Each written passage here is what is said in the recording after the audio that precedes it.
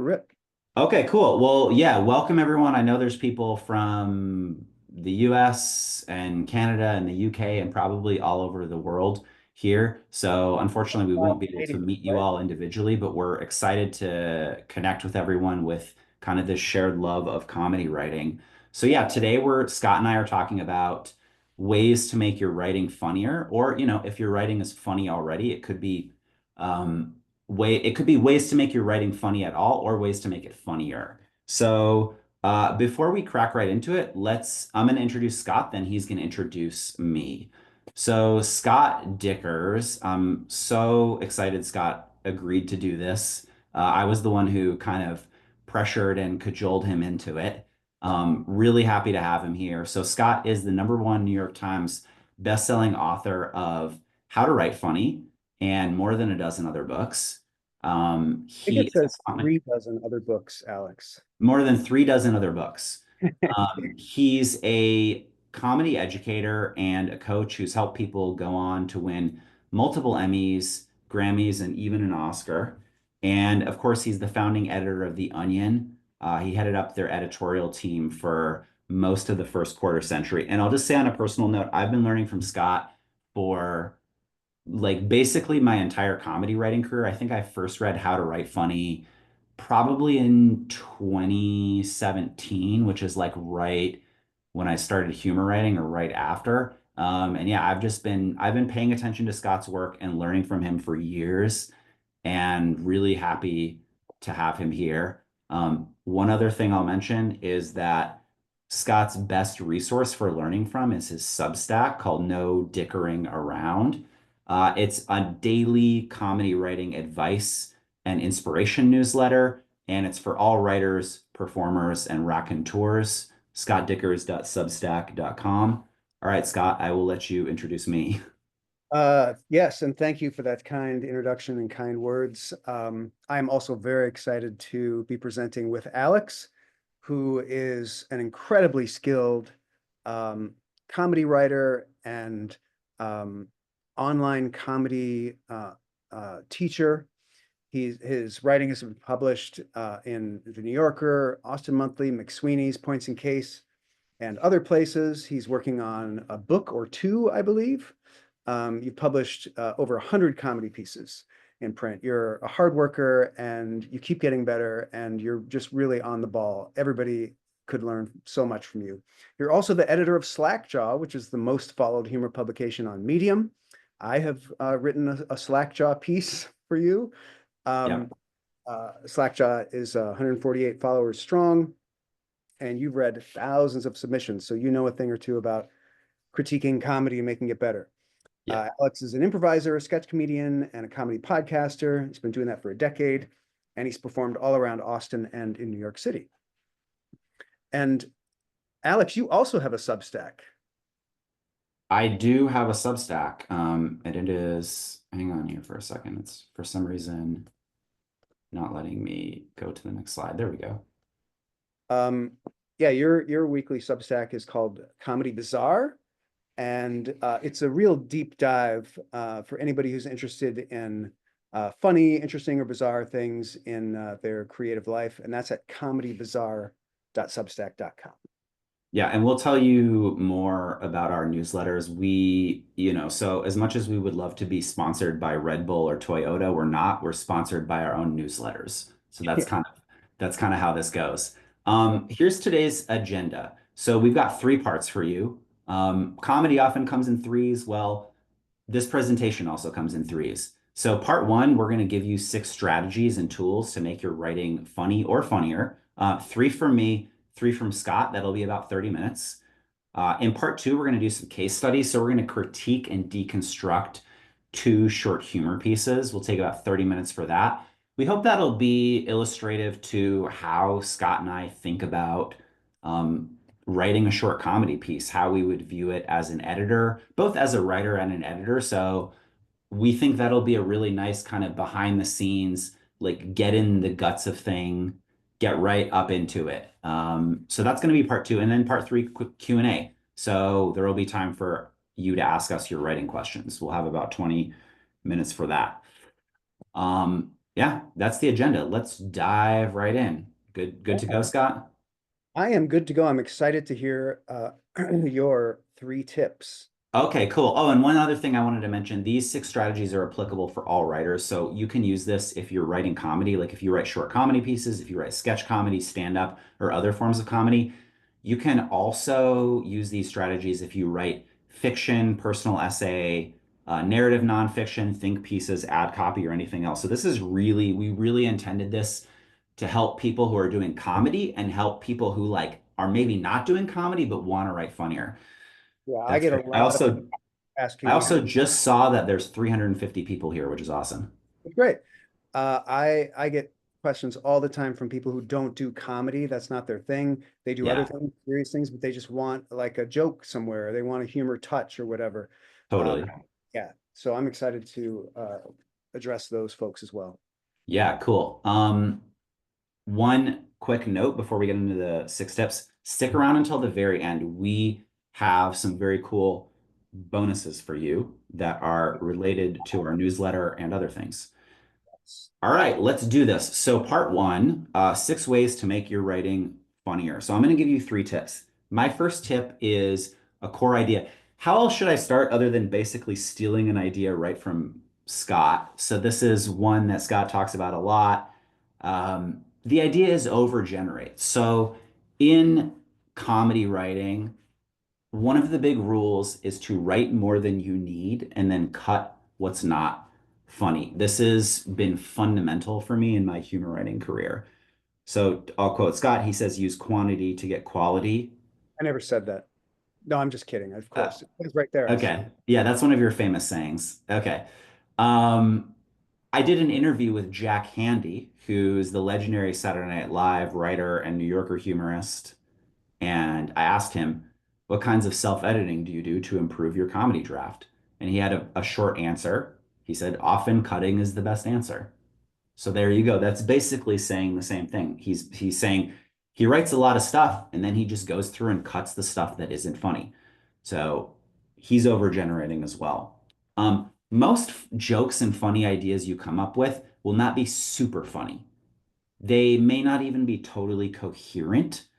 This is equally true if you're completely a beginner and or if you're a veteran comedy writer. So even, you know, veterans who've been doing it for decades and decades, they write a lot of stuff that doesn't totally land or that's not up to their top level of quality. That's you don't see any of that stuff. That's why quote unquote the pros seem really good because you're just not seeing the stuff that isn't their best, basically. Can I chime in on that for a second, Alex? Absolutely, please do.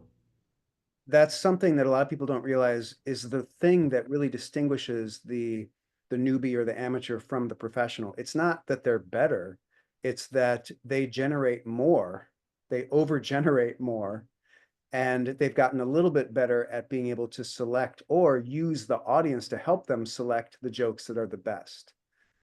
That's really all there is to it. You can find somebody who's just starting out, come up with 10, 20 ideas and look at their list and find one or two typically on that list that are great.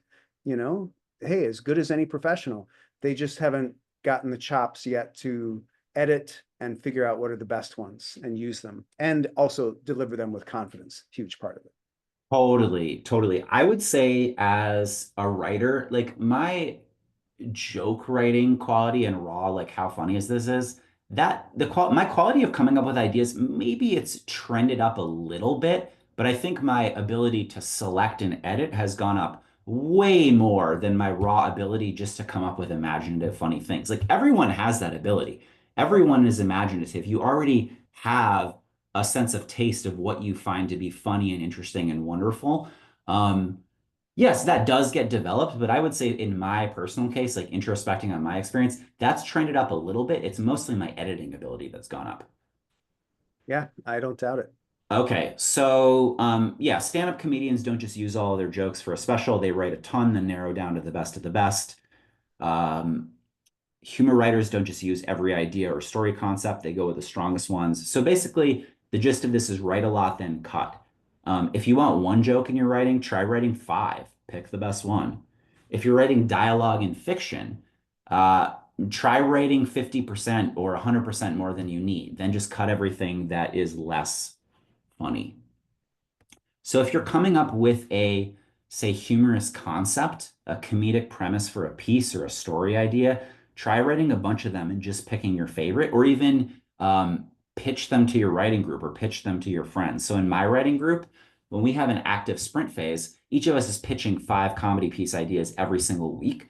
Then we rank each other's ideas and we'll focus on writing the funniest ones. So a lot will go unused. Here's an example from a couple years ago. Here's 5 headlines I came up with and pitched in the Discord group. So idea one was 30-year-olds. These are headlines for a comedy piece. So like headlines for a funny piece, like on Slackjar or whatever, or another publication. Headline one was 30-year-olds today versus 30-year-olds in 1823. Headline two, I'd feel a lot more comfortable if you drink. 3, I'm opsexual. I'm sexually attracted to my opinions. 4, how to pick the perfect funny quote for your email signature. 5, I'm a badass computer hacker in a movie, and this is my toughest hack yet. So these were just my raw ideas. I don't know which of these are really good. I have a sense of maybe which I'd like more or less, but in my group, they pushed me towards the 30-year-old one. So I wrote that idea. It ended up being a 30-year-old man today versus a 30-year-old man in 1884, published in the New Yorker Shouts and Murmurs, fall of 2024. I didn't even write the other headlines, didn't even mess with them. Here's another example. I won't read the whole headline list, but this was more recently. I wrote 5 headlines. They again picked the first one. They liked the headline, "Hi, it's your bank. There's a problem with your money." And I submitted that to a humor site. They accepted it, so that is forthcoming. So the mentality of funny writers should be overgenerate, then cut, cut, cut. What remains is more likely to be funny. On to idea 2. I call this most obvious, least obvious. So I'll do this with a little anecdote. An improv teacher I had in Chicago once told my class an interesting story. This teacher was performing an improv set to a packed, sold out crowd. He walks on the middle of the stage to initiate a scene, and he doesn't really have an idea. He doesn't have anything in mind. There's no one else on stage. The crowd is waiting. It's a packed theater. There's probably over 100 people in there. They're waiting with bated breath to see how he'll initiate the scene. And he says, "I'm in a kitchen." And the crowd erupts in laughter. So sometimes the funniest thing you can write or say is very non-obvious. It's 2 or 3 or 5 leaps away from the obvious. But sometimes the funniest thing is the completely obvious thing that no one thinks to say because it's too obvious. One way of putting this is that it's elusively obvious. So this is a tool that I like to use in joke writing. I think I've kind of got this from improv. It works very well when you're figuring out how to complete your sentences in amusing ways. So one thing you can ask yourself when you're specifically honing in on a funny sentence or a joke, you can say, what would be a super or the most obvious way to fill in this blank or answer this question? And then you can ask, what would be a really non-obvious answer to this question? And then you just keep trying in new options, plugging in new ideas in a bunch of different ways. From there, what you're going to do is you're going to use your intuition to see how funny each option is. So in improv, there's an exercise that's similar to this called new choice. So basically the improviser on stage makes a choice. This is a short form improv game. If for those of my friends out there who know improv and know the long form, short form distinction, if you don't, that's fine. Basically the improviser makes a choice, the crowd shouts a new choice, and the improviser keeps redoing the choice and making it different, exploring each new possibility. So let's say, as an example, the improviser says, "I'm in a kitchen full of groceries," to go back to the example from my teacher. The crowd shouts a new choice. The improviser says, "I'm in a small submarine and there's no food." Crowd shouts a new choice. Improviser says, "I'm in the ninth circle of hell and the catering is mediocre at best." And then they can keep going through that. So you can treat most obvious, least obvious, or new choice as a tool for writing funny sentences as you mentally and imaginatively cycle through the possibilities. So here's an exercise for you. Try this anytime. Try this weekend, hopefully. Write a mundane sentence with a noun phrase at the end, but leave the noun phrase blank. What you want to do is you want to practice completing the noun phrase in different ways. So try making every completion super obvious or super non-obvious. So let's just give a toy example. So here's the sentence that you could practice with or come up with your own. Tanya gave Michael the perfect birthday gift. So how could you complete that in obvious or non-obvious ways? You could say, she gave him some snazzy socks in a herringbone pattern. Socks are kind of an obvious gift. You could say she gave him a 12-month subscription to Newsweek, America's most dependable publication. You could say she gave, oops, oops, I was going up, not down. You could say she gave him a 12-month subscription to Guns and Ammo so that Michael could finally learn some proper gun safety. You could say she gave him an economy 10-pack of room essentials beige towels from Target so he could finally start properly drying himself. So you can just kind of cycle through and try things that are very obvious, very non-obvious, and see like which land for you. And you could do this 10 or 20 different ways. Um, I think zooming out, when you write a punchline for a joke, be playful with all of the ways it could turn out. I have a Dalai Lama quote here, as comedians love to quote him, your punchlines are your playground. He said that. Scott, do you have anything to any color commentary on this one? No, it's a great tip. I like it. And I'm responding to some questions that are coming in, and I want to try, not related to the tip, but I just want to tell everyone we are going to offer the slides to this presentation. A lot of people are asking. And Okay. thank you so much for all the other questions. We're not going to be able to get to them all, but we will try. No, I really like that tip. It's really interesting, and I had not heard it before, and I'm excited to see your next one here. Okay, cool. So the next one that I want to talk about, the third idea is write in character voice. So what is a character? What is a character voice? One really fun way to adopt a funny writing style and a funny point of view is to pick a comedic character and write in their voice. So it's easy, it's easier with examples. So let's explore some examples. Homer Simpson, ultimate comedy character. Who is he? He's an everyman. He's flawed but relatable. He's impulsive. He loves to eat and drink. He loves his family. He tries to do his best, but his poor decision making and bad impulse control thwart him. That's kind of Homer Simpson in a nutshell. So, one of some quotes from Homer Simpson, kids, you tried your best and you failed miserably. The lesson is never try. Or before he wakes up in the middle of the night and eats a bunch of cheese and he says, 64 slices of American cheese. So that's kind of Homer Simpson. Elaine Bennis from Seinfeld. She's confident. She's uninhibited. She acts like one of the guys. She says what's on her mind, social consequences be damned, and she has a physically intense and awkward energy. Elaine Bennis, an Australian accent, maybe the dingo ate your baby, or obviously with her characteristic hard shove, saying get out. Third comedic character, Jeeves. This is a one very beloved to me. Jeeves is a character in P.G. Wodehouse's comedic novels. Humble and highly intelligent. He is a butler of the English loafer Bertie Wooster. And who is he as a character? He's basically the epitome of understated, dry wit, eminently wise in the ways of the world, a classic English gentleman. More of an understated character compared to Homer Simpson, but still very much a character. So Jeeves pointing out that this is a common thing. He'll point out that Bertie Wooster, who he takes care of, has acted poorly. He says, "I fear, sir, that you may have inadvertently strained your credibility." Um, so what is a character if we zoom out? This is how I think about it. I think a comedic character is defined by their beliefs and their desires, plus their actions, habits, or particular ways of pursuing their desires. The beliefs and desires thing that probably goes back to, me being way back when studying philosophy and thinking of action in terms of Hume's theory of action, which is through belief and desire. But for present purposes, we could say, as a working idea, a character is what they want and how they try to get it.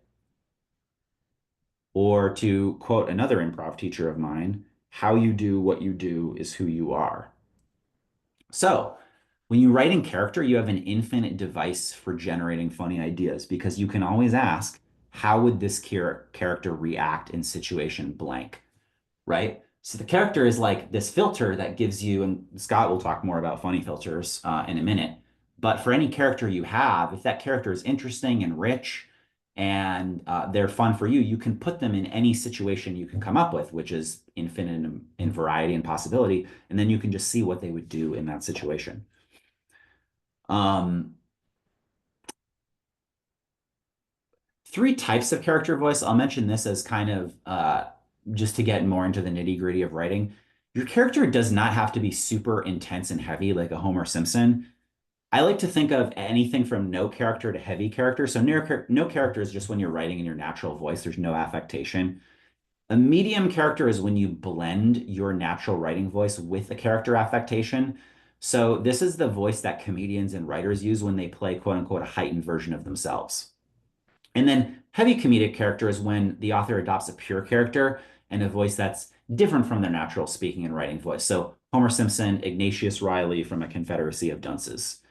Um, yeah, and the last thing I'll say about character is it helps you find interesting and cool comedic points of view. It lets you step outside the confines of how you normally write and speak, and it's super fun. Um, so here's a quick challenge. Try writing a short speech or monologue that's 500 words with the voice of a comedic character. So pick who the character is, pick what they want, how they intend to get it, and maybe why they're there, why they're speaking, and then write 500 words with it. Have fun. You can go bigger and crazier than you think. I think this is another thing that I learned from Scott. He's always telling people have more fun, go weirder, go bigger. People err on the side of being too cautious. Um, I want you to err on the side of being too nuts. That's a great tip, Alex. The character voice is so important. Even if you use the first of your three different levels of character voice where you're just yourself, you may not realize it, but you're a character. And people are reading between the lines to figure out what type of person you are, what you care about, what you choose to write about. Um, I'm a big believer in using either the medium, the heightened version of yourself, or speaking through a character voice. It's been a big part of my career. The Onion is a character. And so when you write in that Onion style, you're speaking in the voice of that character. And I wrote a whole book about how to write funny characters. And the one thing I want to add to this, Alex, is the idea of comedic archetypes. There are Mm, types of characters that have always worked, that people will always love, and the smart humor writer uses one of those archetypes to create a central character in a novel or TV show or a movie or whatever. And you take a character like Homer Simpson, and I can see the archetypes right away in my mind. He is the dummy slob, which is a character hybrid. Those are his two primary character traits. He's yeah. really stupid and he's a slob. And so you can always come in a TV show where there's a long running character, they're going to have to add in different varieties and different character archetypes to make him more interesting. Like he's an everyman a lot of the times, as you mentioned, Alex. Um, but for the core jokes, if you want to go to Homer Simpson and put him in any situation, what would the dumbest thing you could do be, and what would the Yeah. floppiest thing you could do be? And you can do so many fun things with character, like character irony, where you make a character behave the opposite of how they normally act. So, for example, when Homer Simpson became a genius, that was a whole episode of The Simpsons based on character irony. It's such a beautiful playground. There's an endless variety of characters, but again, there's only about 40 character archetypes that work, Mm, and you're best served using one of those or a hybrid of one of those for any comedic character that you write. interesting. Yeah, love it. Uh, I think what we want to do now, whoops.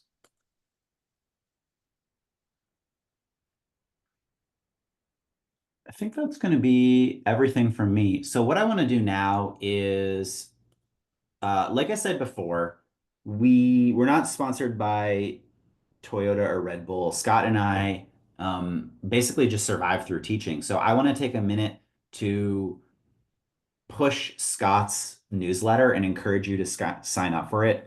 It's on Substack. It's called No Dickering Around. It is daily advice and inspiration. Some of you are on it, I'm sure. You can go there right now to scottdickers.substack.com and subscribe.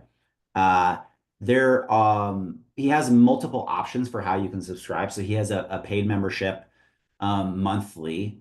You'll get a daily column to inspire you, to spur your creativity. Um, you can, if you're looking for an accountability buddy, Scott will actually be your accountability partner with a weekly post. And you'll see people posting what they're working on. He has a monthly goal setting meeting on Zoom where he works with you to get clear on your goals and take away your obstacles from achieving them. All these things are super important. Getting weekly check-ins, having meetings with other creative people, these things matter so massively. He also has an inner circle membership where you actually get one of his video courses. So he has comedy business school, he has how to write funny, he has these different video courses. You can get one of those, which is normally $400 just for being in the inner circle. And then if you're in the inner circle, you also get a 30-minute one-on-one coaching with Scott. So check that out. Scottdickers.substack.com. We'll say a little bit more about that later. And Yeah, then and with that, oh yeah, do you want to add anything there? I'm to say, gonna. if you want to subscribe, don't do it yet because we're going to offer you a little discount. If you go to that Substack link right now and subscribe, you won't get the discount. So hang with us. That's one of the bonuses. You get a little discount on our Substack newsletters. That's right. Yeah. Okay. Thank you for catching that. We are gonna offer a bonus there, a bonus discount. So Scott, I'll turn it over to you now for your three ideas for funny writing. Wonderful. And if you want to go through the questions, Alex, I think and hope you can see those on your end.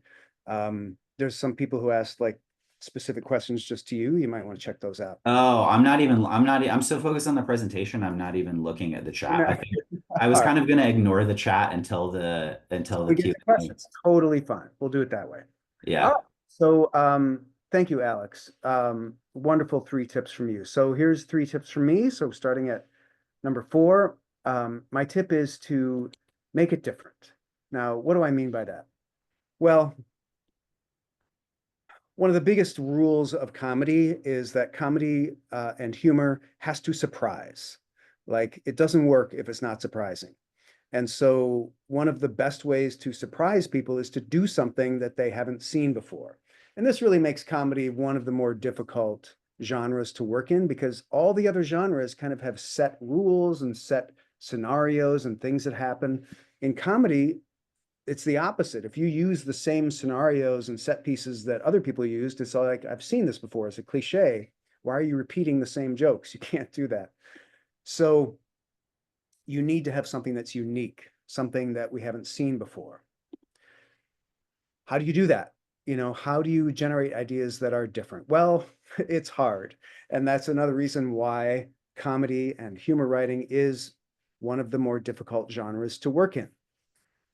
The natural instinct for most writers is to follow the rules and work within the form to mimic what other people are doing and kind of do things the same way everyone else does them.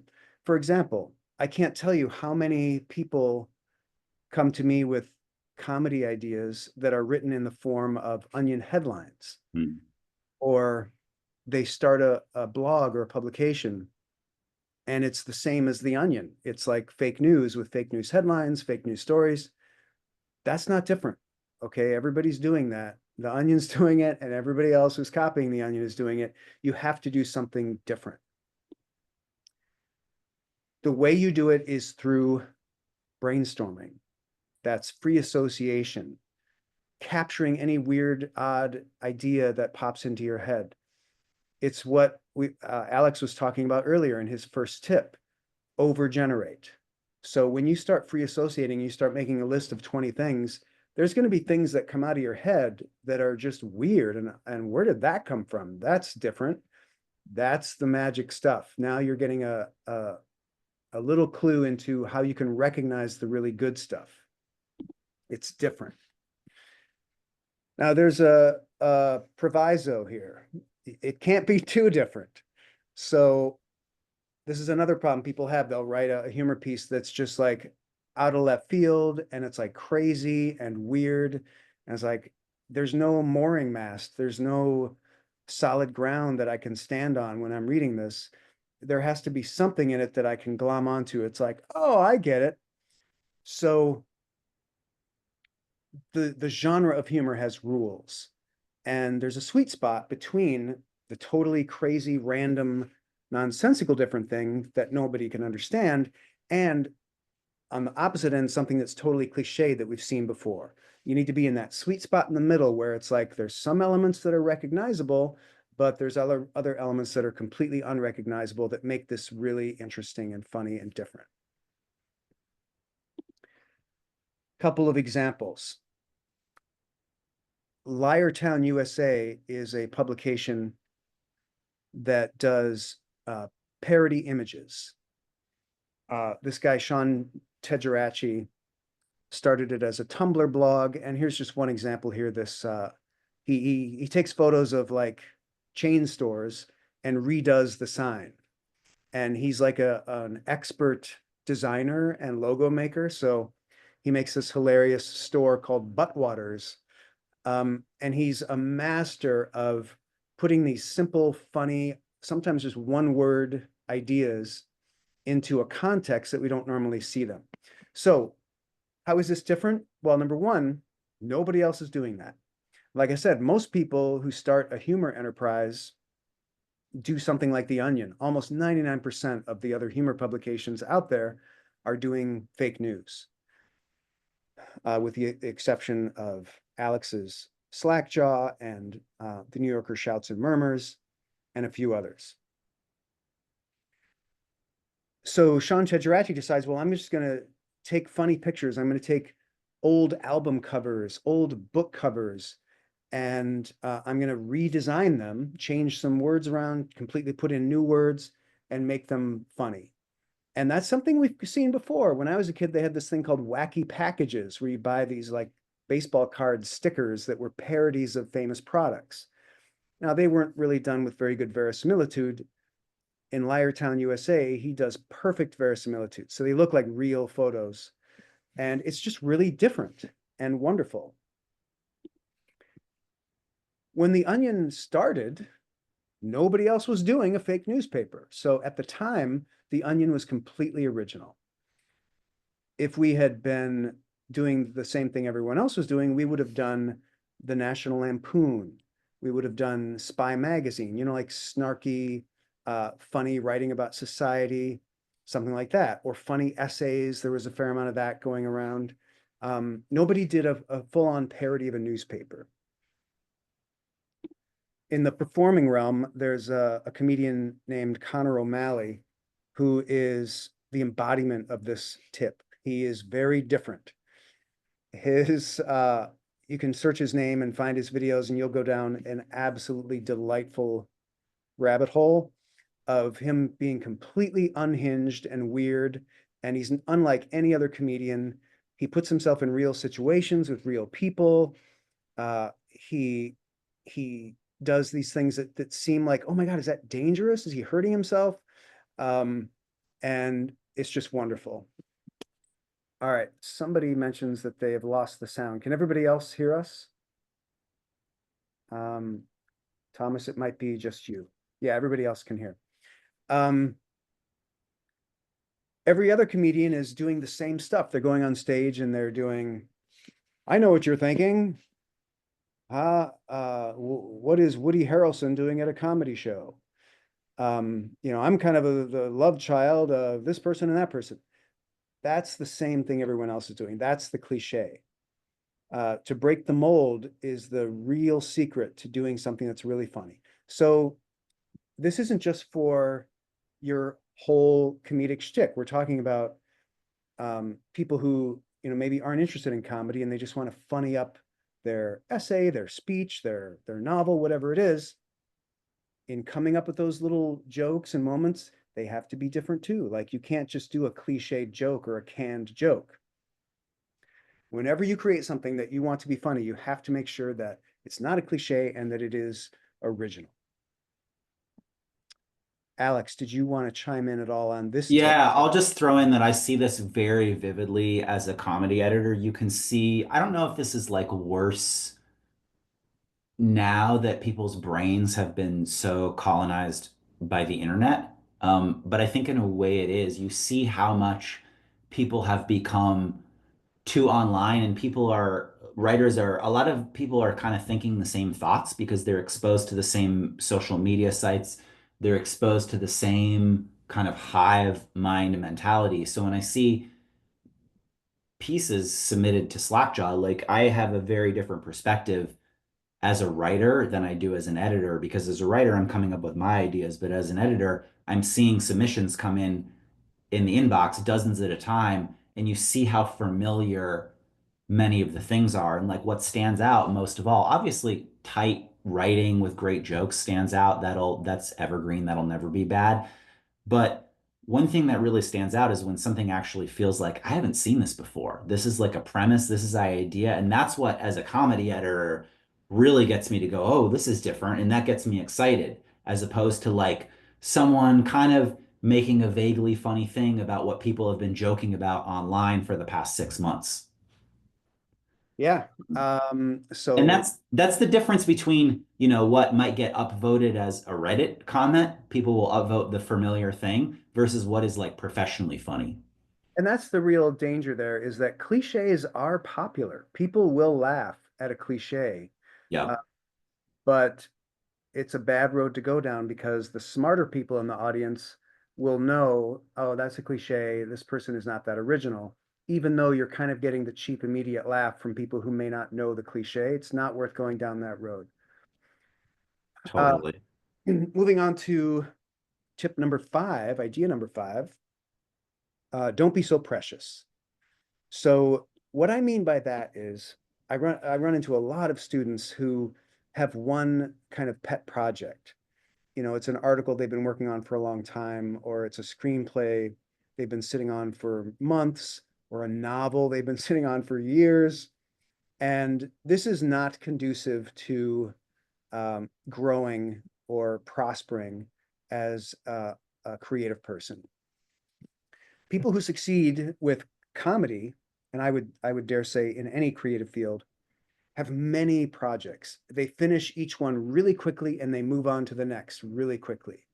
The more things you produce, the better you get. So you want to take on this attitude of, well, nothing I do is precious. I'm just coming up with stuff and I'm throwing it out into the ether. And the benefits of this philosophy is your writing will have a more fun, dashed off feeling, which is very important for humor. Audiences can smell that like a dog can smell fear. They want to know you're having fun and that you're not belaboring and torturing yourself to put stuff out. The other benefit is you'll write more, and practice makes perfect. So don't be shoddy. Don't be so unprecious that it's like, who cares? Let's throw this out there, see what happens.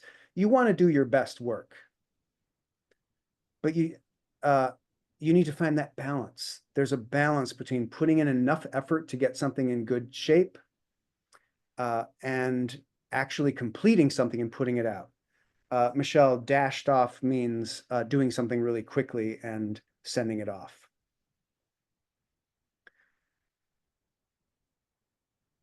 Uh, you probably all know that famous quote about the essential skill of writing is being able to murder your darlings.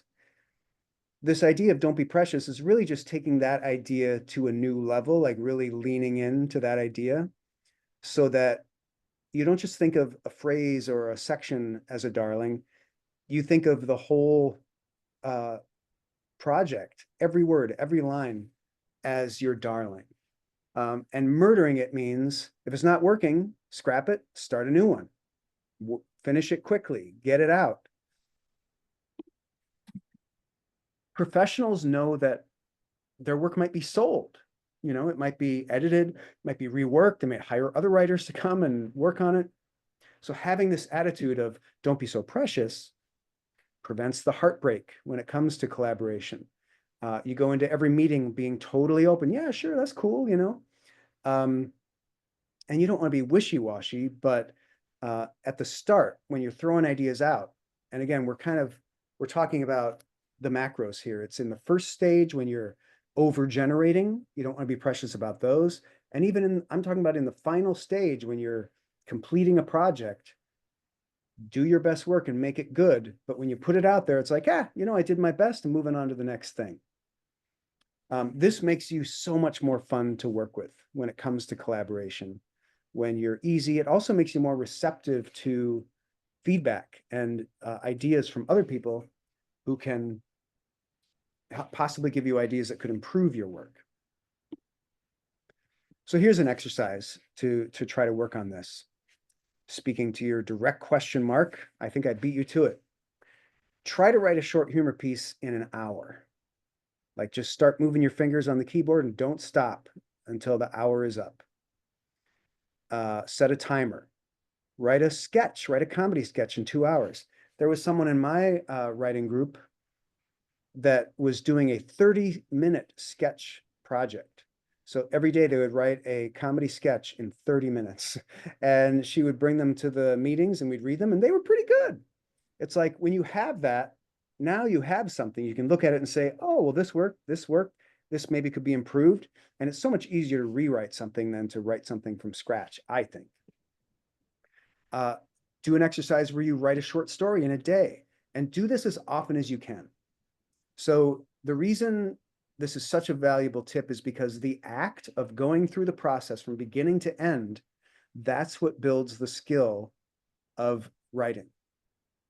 Come up with the idea, execute it, release it, get the feedback, and go through that process as quickly as possible. You shouldn't be spending months on a screenplay. You shouldn't be spending years on a book. And you certainly shouldn't be spending more than a few days on an article. I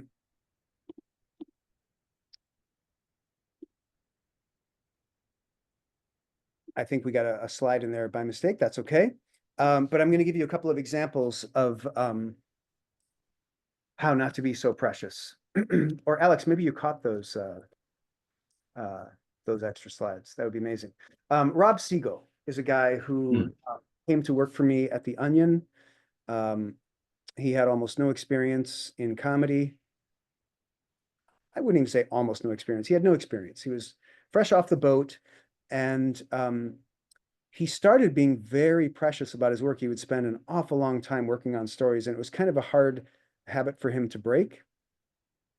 But he quickly learned at The Onion that, hey, there's a weekly deadline here. We're putting out the paper.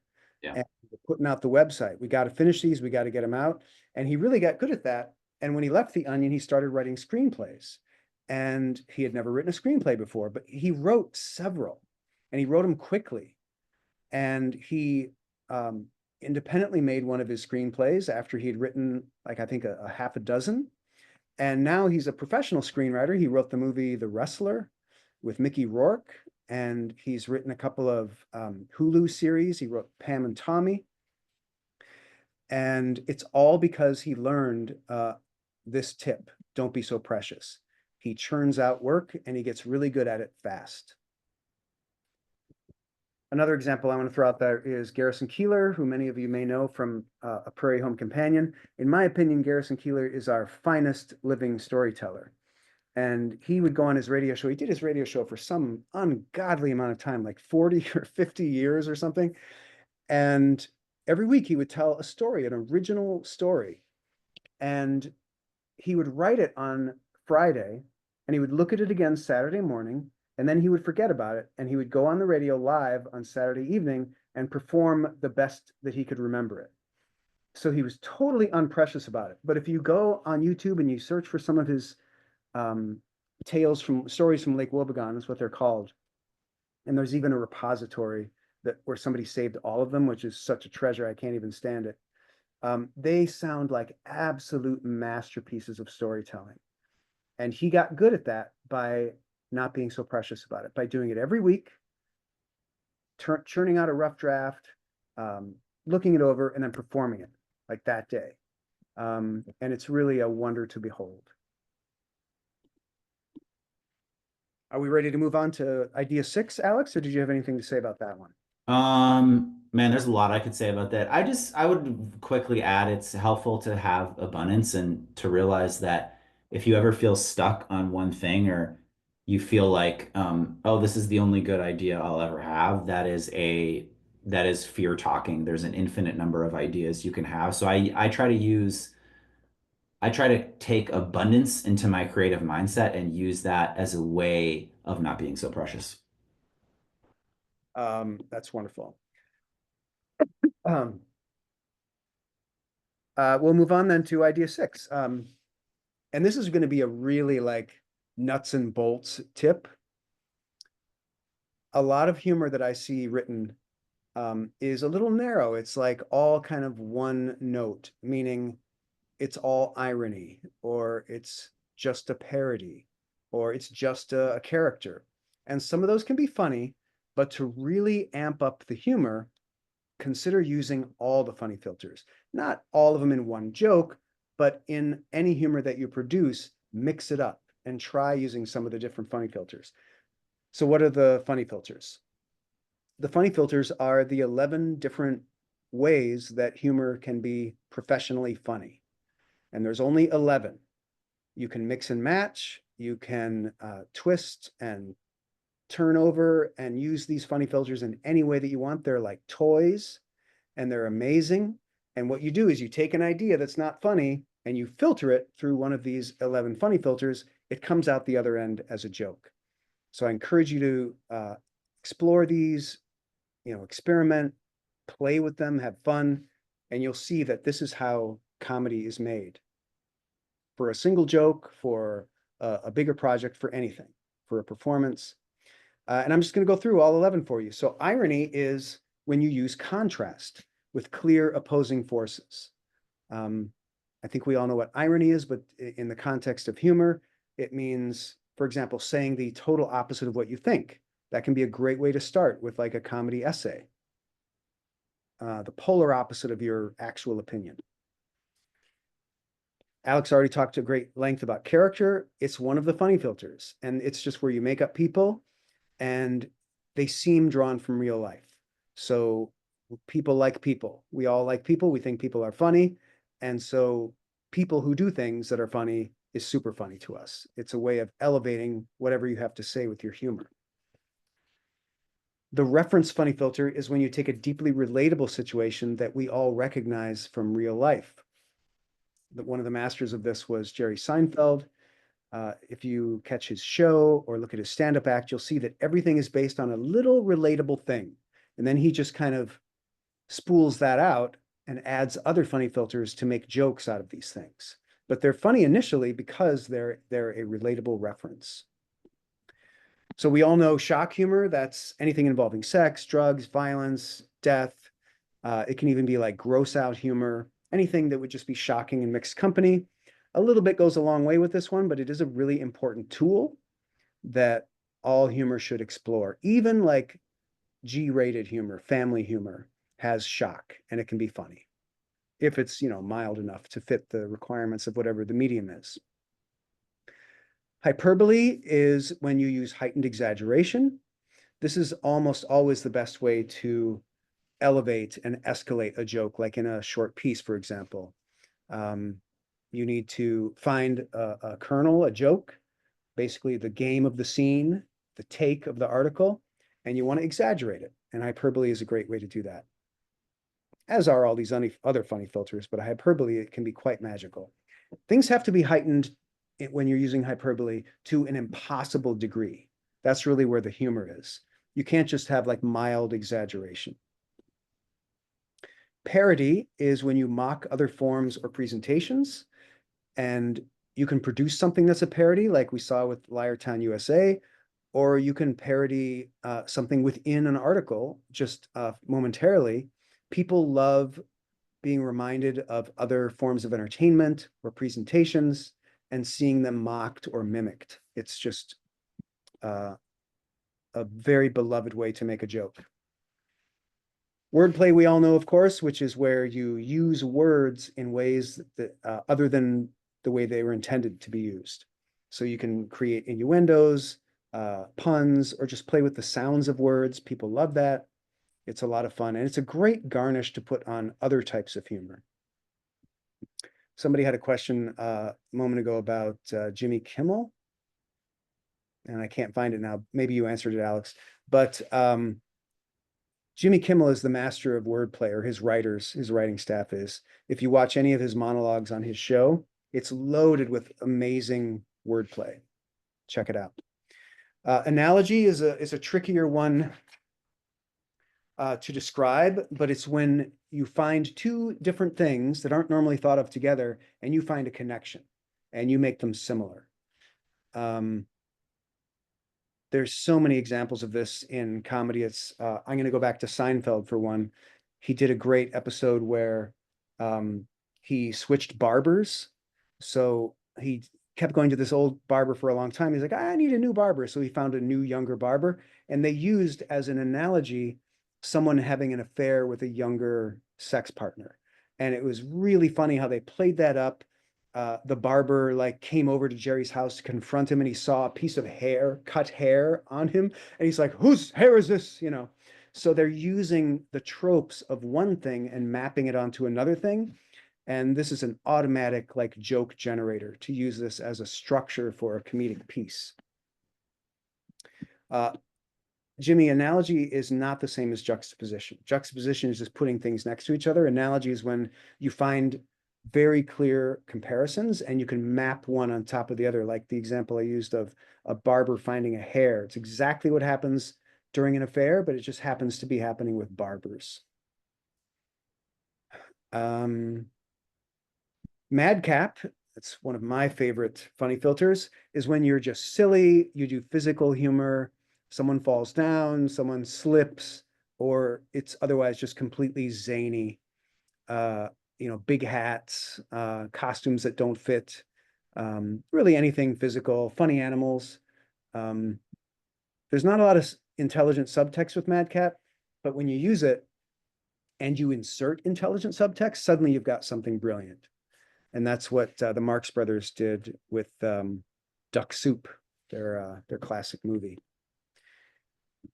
All right, misplaced focus. This is another kind of tricky one to explain, but it's another beautiful structure for any type of comedy writing. It's when you take an important subject that you want to talk about and you purposefully ignore it. And instead you talk about something unimportant that's somewhat related to it that makes the audience think of the main thing that you want them to think about, but that you're not mentioning. That's called misplaced focus. And then the final funny filter is meta humor, and that is where you portray, mock, or deconstruct other attempts at humor. Yeah, PJ, Madcap can work in written comedy very well. You just describe physical comedy. It works beautifully, and I do it all the time. Anything to add to those, Alex? I find it in short humor writing, it can be really helpful to audit your work, audit pieces that you're writing on, and try to mark up the actual funny filters you're using. I think most writers have go-tos. They probably have maybe two, three, four funny filters that they use most of the time. And if you do that, you're not sampling from all of the buffet. Yeah, that's a great way to do it. I do that as well for bigger projects, especially. Example of misplaced focus would be the Jonathan Swift essay, A Modest Proposal, where the thing he wanted you to think about was starving children in Ireland, but what he made you focus on instead was the idea that we should cut them up, cook them, and eat them. Example of meta humor would be um,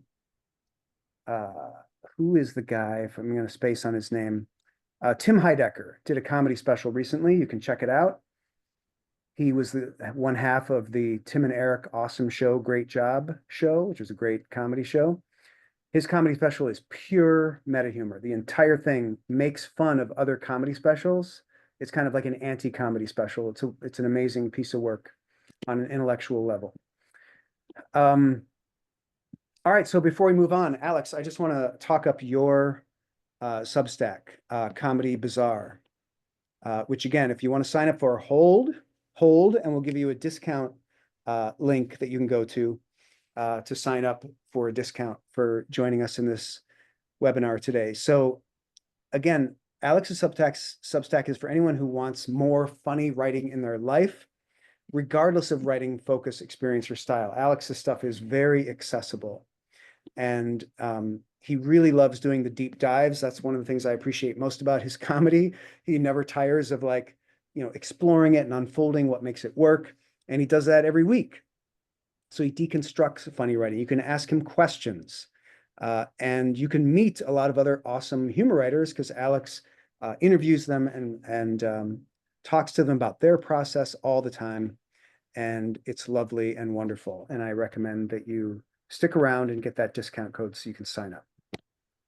Thanks, Scott. Appreciate that. So that pretty much that covers the strategies. So just to summarize them, here are the six we talked about: overgenerate, then cut, most and least obvious, different ways of completing a joke, writing in character voice, and then the three that Scott talked about: make it different, don't be so precious, and use all the funny filters. So now we want to do humor draft case studies. So what I'm going to do is, this could be slightly clunky. I'm going to do my best here. So I'm going to stop this share.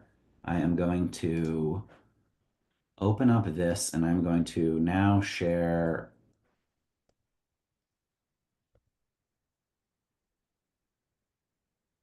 this one down. Okay, hopefully that wasn't too bad. Okay, so we're going to deconstruct two pieces now. So I think I emailed the links out to everyone. I think it'll be helpful to um, I'll just read the pieces first. So we're going to first do Jessica's piece. So the title of her piece is Lost Dog, Help Us Find Our Beloved Rocky, likely with middle child also missing. Please help us find our beloved Rocky, a 10-year-old Labrador retriever, last seen yesterday afternoon in our yard at 234 Riverside, frolicking in the sun and enthusiastically wrestling his new raccoon squeaky toy. Rocky is likely in the company of our middle child, who is also missing. Rocky is 10 years old. Our middle child is the same age or a year younger, depending on whether his birthday is in April or October. We are actively searching for his birth certificate for confirmation. Rocky weighed 70 pounds at his last vet checkup 2 months ago. The boy's weight is unknown as he has not been to a pediatrician in recent memory. We can, however, confirm that he weighs less than Fraser, our 14-year-old firstborn, 87 pounds, and Flynn, the 7-year-old baby of the family, 52.5 pounds. Rocky stands 23 inches tall. The boy is taller, somewhere between Fraser's 64 inches and Flynn's 48 1/4 inches. In addition to Rocky, our missing pooch responds to Rockstar, Rocket, Sniffy McWiggles, Commander Snugglepaws, and literally anything said in a high-pitched baby voice. He and our middle child both respond to, "Hey, get off that," and "Dinner's ready." Our fur baby has a shiny, sleek coat, the color of goldenrod, meticulously brushed. He wears a leather collar encrusted with gemstones and a customized dog tag that reads Rockstar, autographs after treats. The middle child may look unkempt. His hair is brownish if memory serves, or blondish if the school picture on the mantle is of him and not a stock photo model. It could go either way. If the boy is wearing a shirt, it will be either an oversized tee commemorating one of Fraser's sports championships or a too tight tee promoting one of Flynn's theatrical performances. His brothers say that he has been known to wear both like layers. Unlike Rockstar, who craves constant attention and belly rubs, the boy entertains himself quietly, blending in with his surroundings. His teacher says he has an overdue library book. Judy Bloom's The One in the Middle is the Green Kangaroo. So he may be reading, assuming he learned how, awaiting confirmation from his teacher on that. Call us immediately if you have any information on Sniffy McWiggle's whereabouts. We're offering a $5,000 cash reward, as well as the collection of Pokemon cards found in the boy's room, which may be of some value. If our middle child is found, tell him to come home. Fraser's trophy shelf isn't going to dust itself.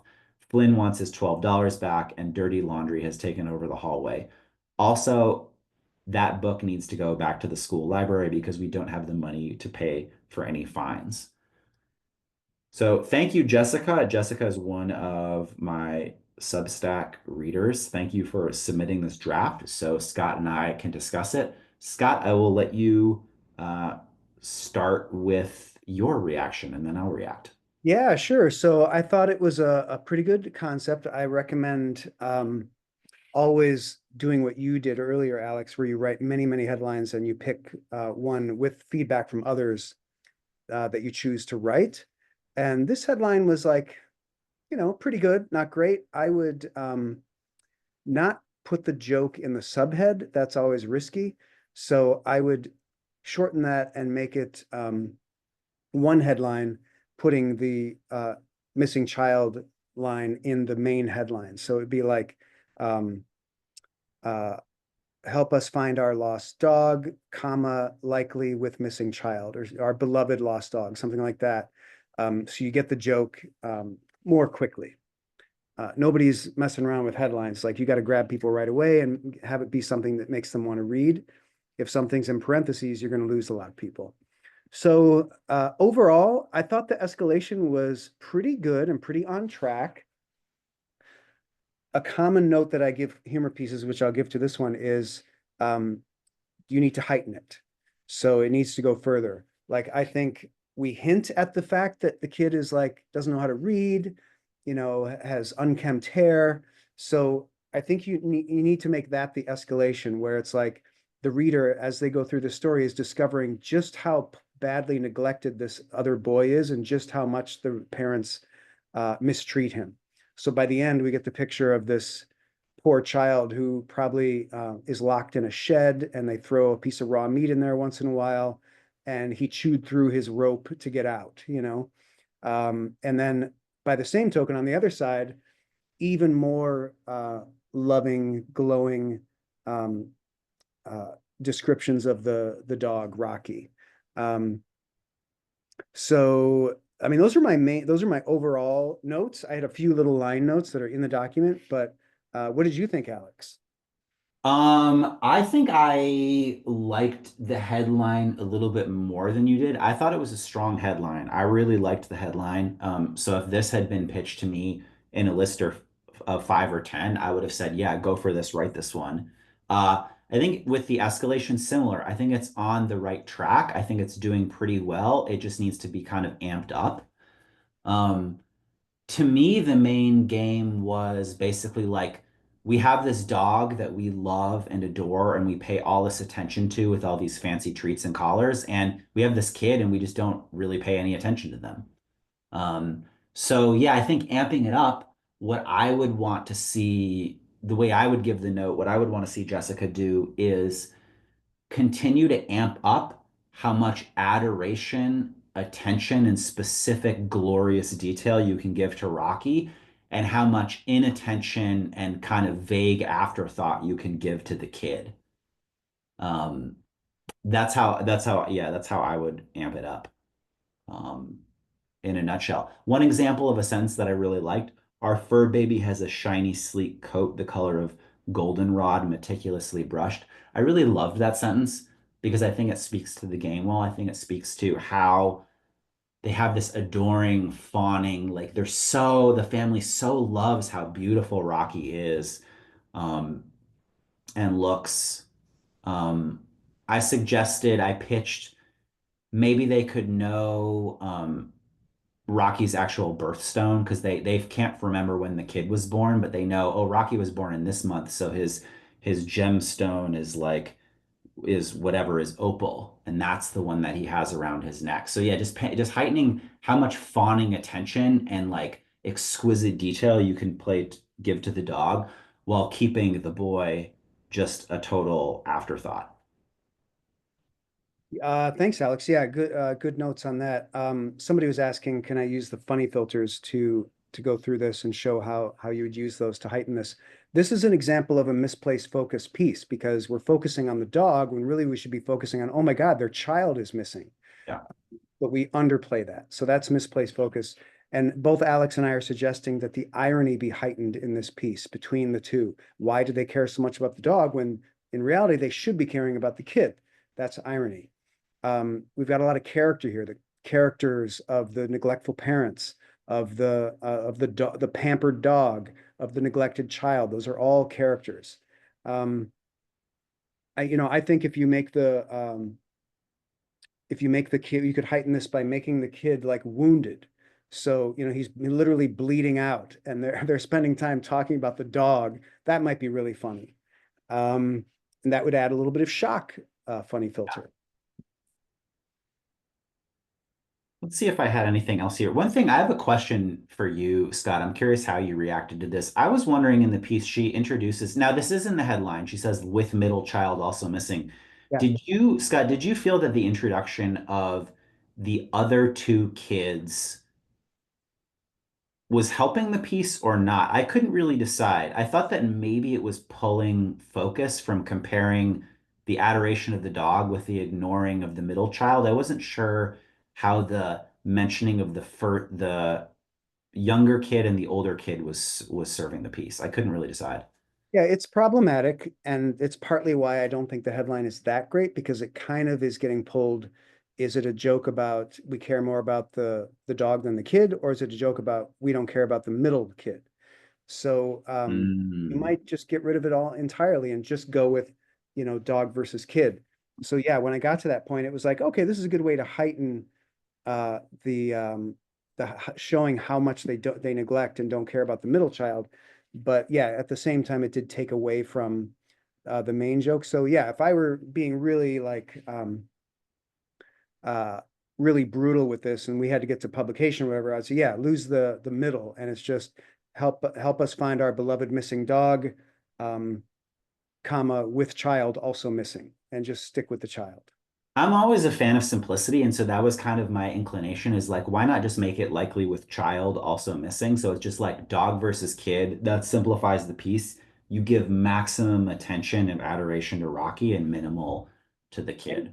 Any any way you can simplify is almost always the right way to go. The instinct is to overcomplicate humor, and it's the quickest way to make it less funny. It's just try to. Oh, totally. And that's my natural inclination. I overcomplicate so often. It's a terrible tendency. I'm always trying to reel it back in. And like one of my journeys as a comedy writer has been towards more simplicity. Um, yeah, that does feel like another joke though. Like we have a middle kid who we pay less attention to than our youngest and oldest. Totally different joke. Yeah, it is.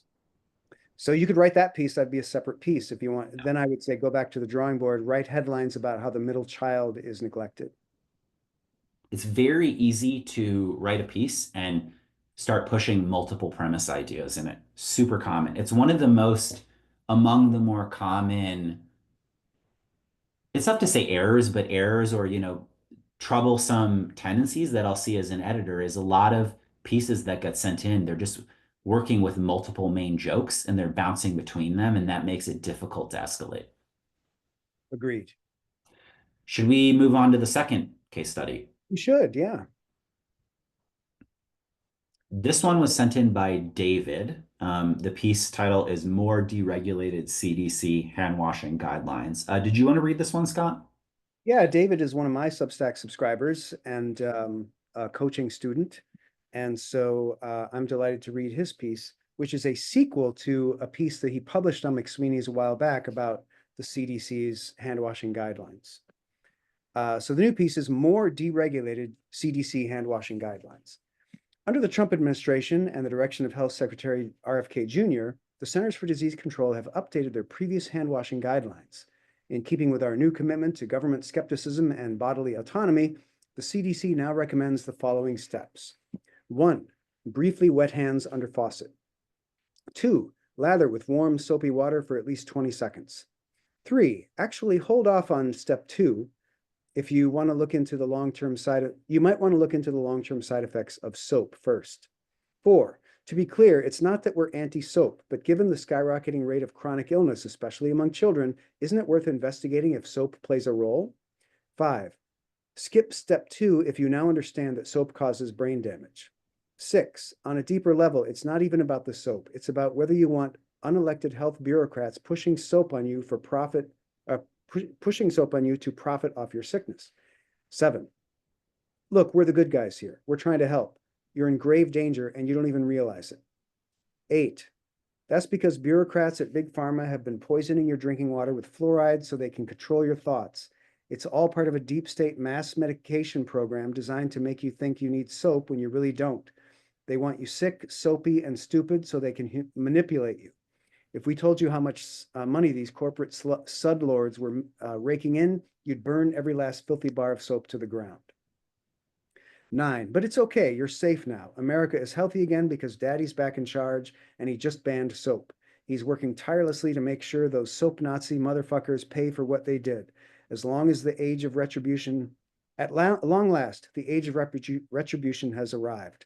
Death to the enemy, glory to the king. Ah la la la la la la la. 10. Dry hands with a clean paper towel. All right. Thoughts, Alex? Yeah, I thought this one was pretty tight. It feels, I really appreciate how it's not overwritten. David has a tight focus. The subtext was fairly clear to me. It's fairly clear that he's talking about RFK Jr.'s ideas. I think my biggest note would be a little bit more tight focus on the soap and on the precise analogy. So one of my questions was like, what is this exactly analogous to? Is it exactly analogous to RFK's ideas about vaccines? Is that the precise thing? So is the analogy comparing, talking about the soap the way you would talk about a vaccine? So I thought that could be tightened up a little bit. Like there's some cases where it gets a little bit blurry, where it's like trying to find the exact spot. I think 8 is where he starts talking about big pharma, Yeah, yeah, drinking. yeah, exactly. Eight is the one. Thank you. So big pharma poisoning your drinking water with fluoride. So the question there then is, well, is that kind of pushing us away from the main focus of the premise? So that was like one note that I had is like maybe you could really tighten up the analogy, like exactly what are you comparing soap to, and then just focus on the soap. I had a very similar thought. As always with me, I start with the headline. Is it a good headline? Um, and it's not a funny headline, so that's a problem. It is a sequel to a previous piece, so that kind of complicates it. But I would certainly get rid of the word more, and I would just call it deregulated CDC hand washing guidelines, because everything is being deregulated. And I totally agree that it's the soap that's the analogy here. So again, an example of another funny filter here is the analogy funny filter where we're comparing soap and vaccines. So it's funny that RFK thinks that soap is dangerous and it's why a lot of kids are getting sick. And he jumps to conclusions without evidence in number 5 and says it causes brain damage. Um, and you need to stay on track with that. So number 8 is a bit of a misstep because you shouldn't be talking about drinking water with fluoride and all that. You should be talking about, and now he does come back to it because he calls it sudlords, which is an example of the wordplay funny filter. I would come up with other jokes and other ways that you can connect soap with vaccines. Um, you know, you can talk about, yeah, there are, hey, we're not anti-soap, but I am a soap skeptic, so you can use jokes like that bring to mind the vaccine conspiracies. So, and the structure is fine where he builds to an insane peak and then comes right back to dry hands with a paper towel. It's a nice closer. Yeah, I liked the ending on a muted note. So you kind of have a contrast joke there. The joke is sort of that it's not a joke because we have this escalation to death to the enemy, glory to the king, ah la la la la la, and then the button is just this totally mundane thing. Yeah. A couple other things I liked. I'll mention I liked the phrase sick, soapy, and stupid. It's always nice that like I think this is ex an example. To me, that's a nice wordplay. You have an alliteration in there. It just kind of sounds funny. And I think Which that's a one are you nice talking about? example of what's that?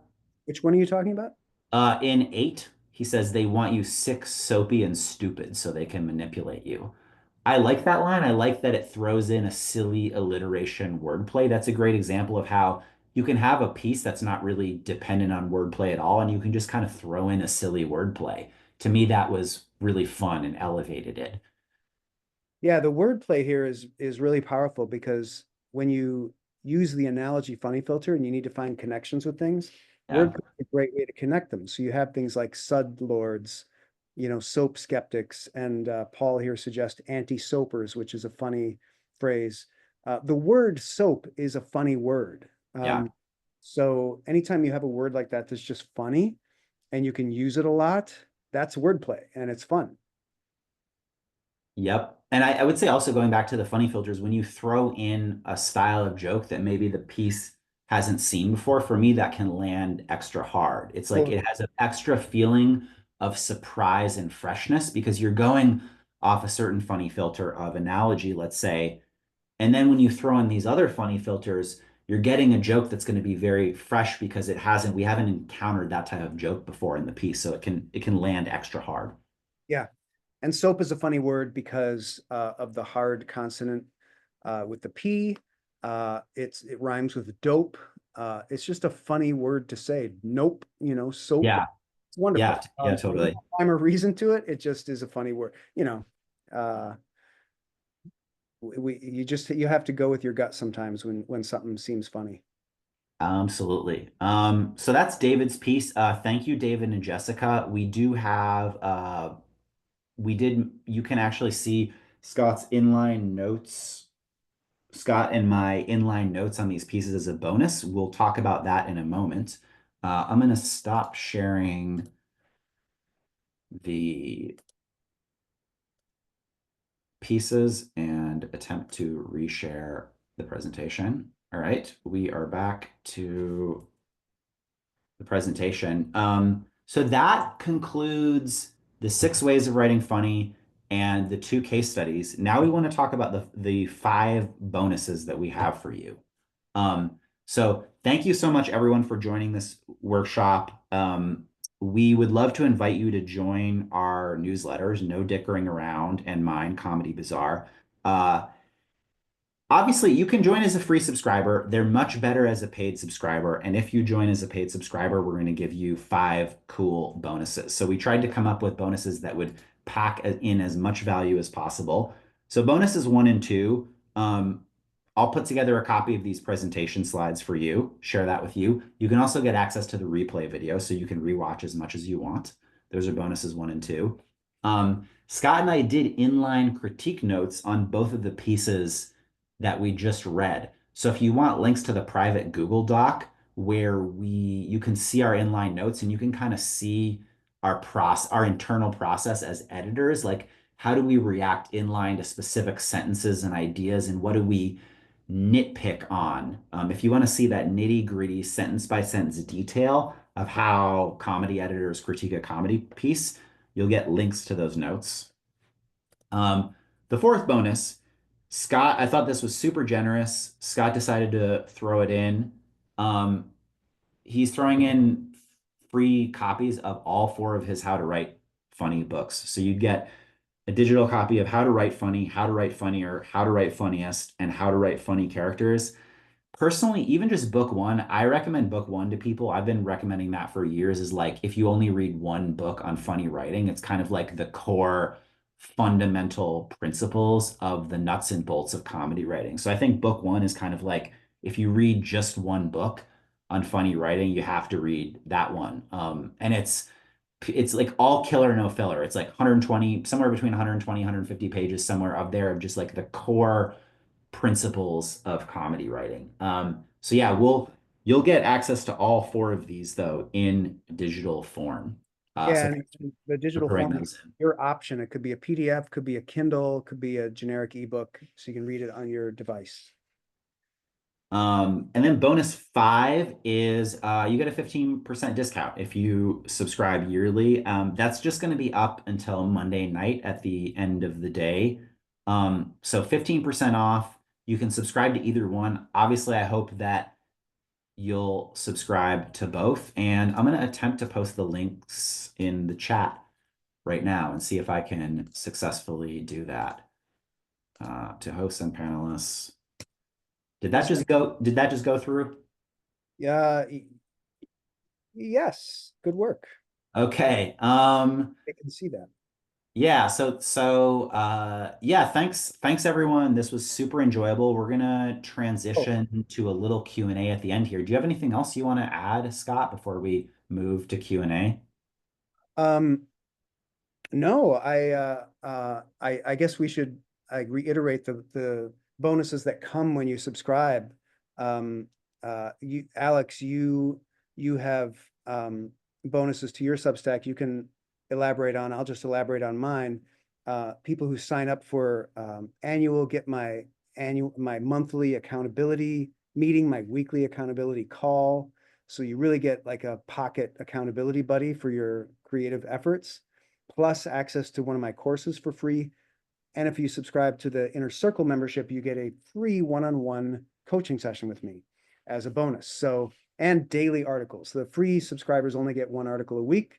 Paid get an article a day. So it's quite a treasure trove. What's in yours again, Alex?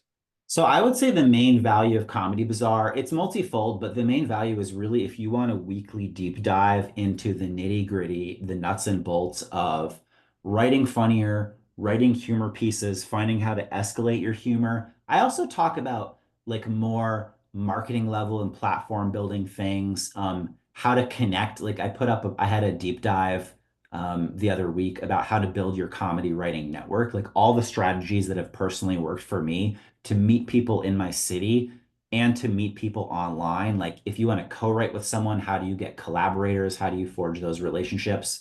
I have a deep dive just on how to self-edit your pieces. Super important as you're writing comedy that you obviously want to rely on um, friends and collaborators, but you want to be able to really up your skills at self-editing so that even your initial drafts come in really tight. So I have a deep dive just on that. Yeah, I'd say check it out. Go head over to Comedy Bazaar, the link I just posted it. Um, Nobody apparently can see that, Alex. So can you go back to that slide that has the links? And you'll email these out after the webinar also, correct? I will email this to everyone, so I'll put the links in. Yeah, apparently I put this in some chat. I can't actually see anyone's comments in the chat. Apparently I'm in some weird webinar chat that's like the Twilight Zone that like no one else can see. I don't Yeah, know. that's very strange. I don't understand that either, but we'll follow up with an email for that. No problem. Here's the links though to the discount. So it's Comedy Bazaar, Substack, CFA, and Scott's is scottdickers.substack/webinar. And I'll email this out to everyone after the fact. Um, yeah, apparently it says our chat is disabled for some reason. So But you can see people's chat. yeah, I can see the chat, but nobody else can. And we're not going to try to figure that out right now. So Okay. But you can see people asking questions though. I can see the Q&A. You cannot see the Q&A, which is very strange. It must be because you're the host. In any case, this will still work fine though, because people can still ask questions and you can see the questions. Yeah. So, and yes, Kate, you do need these codes to get the discount. So if you are unable to copy them from the slide here, you just wait for the email and grab those codes. But yeah, let's dig into the questions. Somebody had a question. I'm going to go back to that. And it was from, um, well, I wanted to say who it was from, but it's pretty far up here, so I'm not fine. Oh, there it is, from Lily. What is the process for taking a strong headline and building it into a full piece? So it's a great question. We can all sit and like generate, stream of consciousness headlines, and we can all like get feedback on those and pick one with our feedback group that we think is a good one. How do you write it? Well, the first thing I do is I look really closely at the headline and I ask myself, what is the headline about? What is it promising? What type of jokes do I expect from that headline? the reader is going to have those same feelings. They're going to read that article because they like the headline, and they're going to expect that article to deliver on the promises of that headline. So, the subject matter, what it's about, maybe a clue as to the structure, the funny filter being used. And you're just going to do a stream of consciousness draft to get all that out, try to structure it in the way that you think is the funniest. And then you're going to put that through the same process that you put the headlines through, which is have a bunch of people read it and see what they say about it. And then you can retool it. Alex, any thing to add to that? That's pretty much how I do it too. I just try to get all the ideas out. So you want to go into a very fun, playful, creative mode where you take the headline and you just say, if this is true, what else is true? Like if this headline is what we're focused on and what reality is, what's every funny idea I can come up with? Don't worry about is this hilarious or not? Don't worry about is this super coherent or not? Just get a bunch of ideas out there.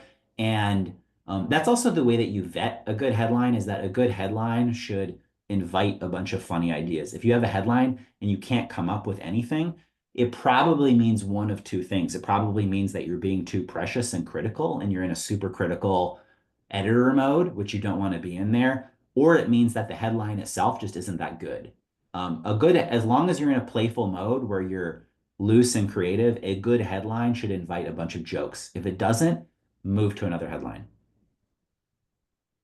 Uh, Great notes, Alex. Um, Another question from Cecil. When, if ever, is the time to deprioritize abundance and really hunker down to get one specific piece down really, really well?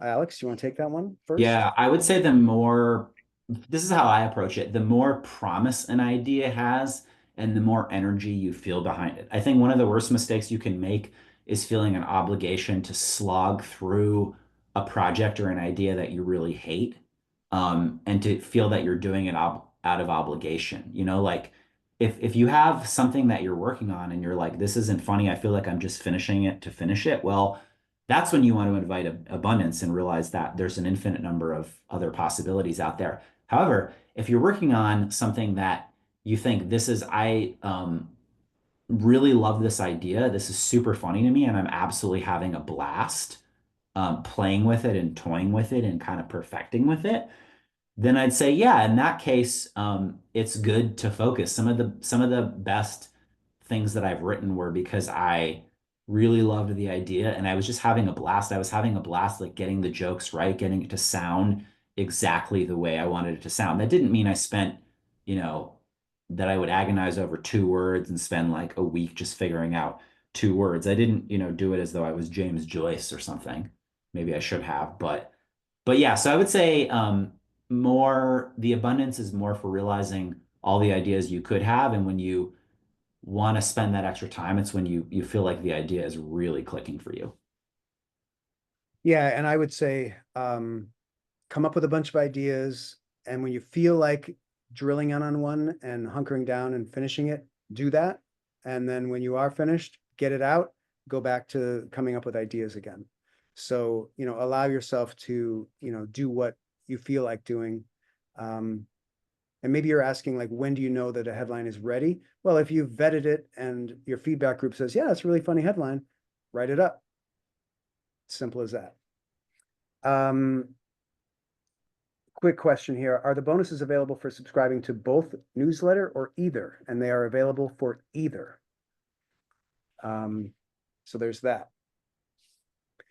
Besides McSweeney's, any other publications that you know of that will read submissions? Do you have to be professional to submit? You don't have to be a professional to submit. They're not looking at anybody's college transcripts or prerequisites. There are many, many publications that buy humor. I put together a list, and Nadine, if you email me at scott@howtowritefunny.com, I will send that to you. And of course, check out the publication that I helped to edit, which is Slackjaw on Medium. There are a bunch of humor publications on Medium. We pay our contributors through the partner program, which is a whole other thing. I won't get into the details of it, but you can make money writing on Medium. And yeah, I'd be happy to read your submission. I don't even really look at credentials or cover letter stuff when someone might say, and oh, here's my experience with, I have a degree, I have an MFA in this, or these are the things. I don't really, I just jump right to the draft and read it. My decision as an editor is like, is this funny or not? And does it fit the site? Right? That's it. So you don't have to be, you can, obviously you can self-publish, but you can submit to sites and you can publish without any kind of pedigree or experience. When I started writing, I had never studied creative writing. I didn't have previous writing credits. I just dove in and started submitting stuff. Yeah, and your publication Slackjaw is of course on my list, so you're covered there. Nicola asks, what was the Garrison Keillor storytelling series example you gave? It's a show, a radio show called A Prairie Home Companion, and the stories that he told on the show were called Tales from Lake Wobegon, um, and they are a pure delight. Um, any favorite humor books we have that have inspired us or that we recommend? Alex? So that would break down into actual humorous work versus like humorous teaching things. I already mentioned that How to Write Funny was my favorite teaching book. I mean, books that have inspired me, certainly Jack Handy's first collection was like hugely inspiring. What I Would Say to the Martians is the title of that book. Yeah, I mean, I've been really inspired by a lot of funny fiction writers. Like I love Woodhouse. We did a PG Woodhouse, British humorist. We did a comedy book club on Comedy Bazaar where we talked about one of Woodhouse's novels.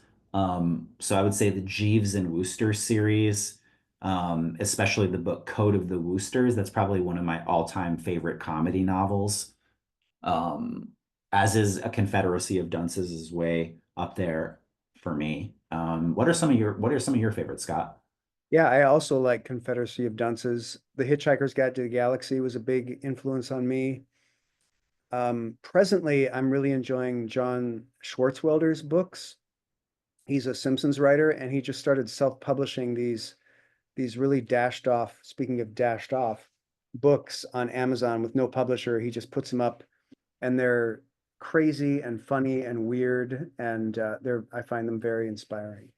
And Simon Rich is one of my favorite humor writers. He's written a few novels, short story collections, movies, and TV shows. He's very inspiring because he's so smart. Let's see what else we got. We're about 3 minutes past when we were going to end this, but we'll try to squeeze in a couple more questions if that's okay with you, Alex. Totally cool. Yeah, let's get a couple more. Just some procedural questions. Again, what is the difference between the two links? One is Alex's Substack newsletter, and the other one is my Substack newsletter. And when you go there, you can see what the differences are. We each have, different bonuses and different types of articles that we write. Um,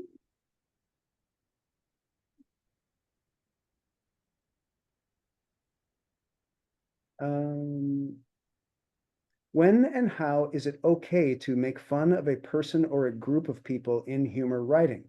Where do you draw the line between funny versus mean? That's pretty simple, Larry. The line is comfort the afflicted and afflict the comfortable.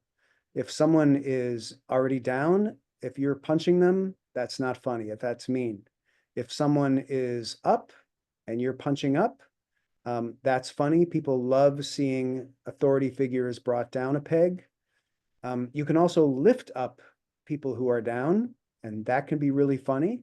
And but if you punch down, not funny. If you lift those who are already up, that's also very not funny. Alex, how do you want to respond to that one? Ooh, this is a kind of complicated question. I don't know that I have actually an easy answer for this. I think this is I feel like anything I would say on this would be very tough to put into a sound bite. So maybe I won't add anything. Okay. Kyle asks, when escalating humor pieces about politics or worldly events, is there a particular approach you use to make these pieces feel more grounded or work more effectively in light of the increased absurdity of what's happening in the world itself? I know you don't do a lot of political stuff, Alex, but you want to address that one? Can you reread the question? I felt like there were multiple angles to it. When escalating humor pieces about politics or worldly events, is there an approach you use to make these pieces feel more grounded or work more effectively in light of the increased absurdity of what's actually happening in the world now? I don't know that the principles really change. I mean, because I don't know. I guess it always feels in the present moment like this is the most absurd moment, but I guess I would ask the question like, have you ever read history?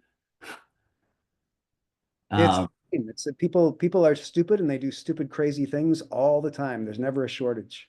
yeah, and that's always how it has been, and that's probably always how it will be. So yeah, I don't know that I would personally treat like I think the principles of good comedy writing are kind of the same, whether the thing, I mean, if you're talking about something timely, then obviously the references are going to be timely. It presupposes a certain common knowledge of the thing that's going on. But I think the funny filters are the same. The principles of good, tight joke writing are the same.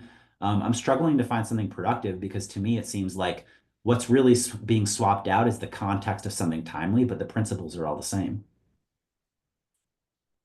I agree. So, one last question here, and then we'll wrap it up. Linda is working on a proposal for a TV pilot and wants to know how much to charge a writer who helps develop that proposal, um, and pitch that pilot. So, Linda, I'll speak to that just, and Alex, you can chime in as well.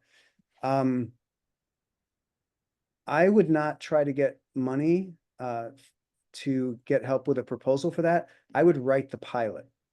And then I would put that in a drawer and I would write another pilot. And then I would put that one in a drawer and I'd write another pilot. And as soon as I thought I had a good one, I would send it to people and see if they liked it. And you never sell your first pilot. You sell your 13th pilot. So the sooner you can get to 13, the better off you're going to be. If you're, I wouldn't recommend investing money and getting help to create a pitch deck for pilot one. Um, it's not going to sell. Not to be too defeatist about it, but it just doesn't work that way. Alex, I have nothing to add to that. So I think that's our last question. And yeah, thank you everyone for, thank you so much, everybody, for joining, for all the great questions. Sorry we couldn't get to them all. and yeah, I will follow up with an email to everyone. But yeah, happy writing to all of you. Indeedy do. Take care, everybody. Have fun, and hopefully we'll see you on Substack. Catch you later. Bye.